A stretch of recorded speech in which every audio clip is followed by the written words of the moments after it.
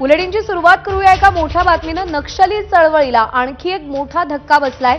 नक्षलवाद्यांच्या सेंट्रल कमिटीची सदस्य सुजातानं आत्मसमर्पण केलेलं आहे।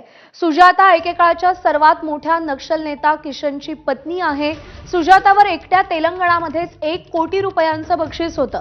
सुजाता छत्तीसगडमधील बस्तर तसंच तेलंगणाचा छत्तीसगडला लागलेल्या भागामध्ये गेली अनेक वर्ष पोलीस आणि सुरक्षा दलांविरोधातल्या संघर्षात सक्रिय होती।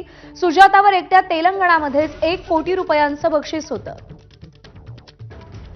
रजत वशिष्ठ आपले प्रतिनिधी आपल्याला या सगळ्या संदर्भात अधिक अपडेट देतील। रजत, या सुजाताची हिस्ट्री नेमकी काय आहे आणि तिच्या आत्मसमर्पणामुळे नक्षली चळवळीला किती मोठा धक्का बसतोय?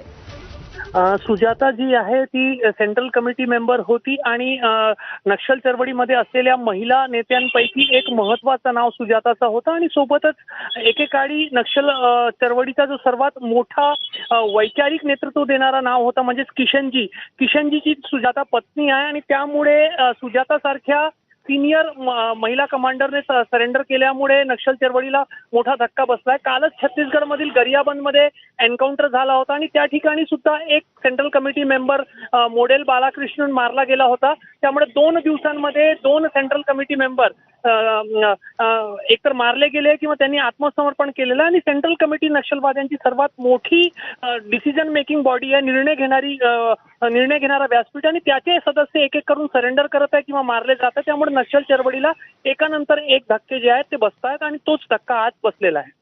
निश्चित रजत, धन्यवाद।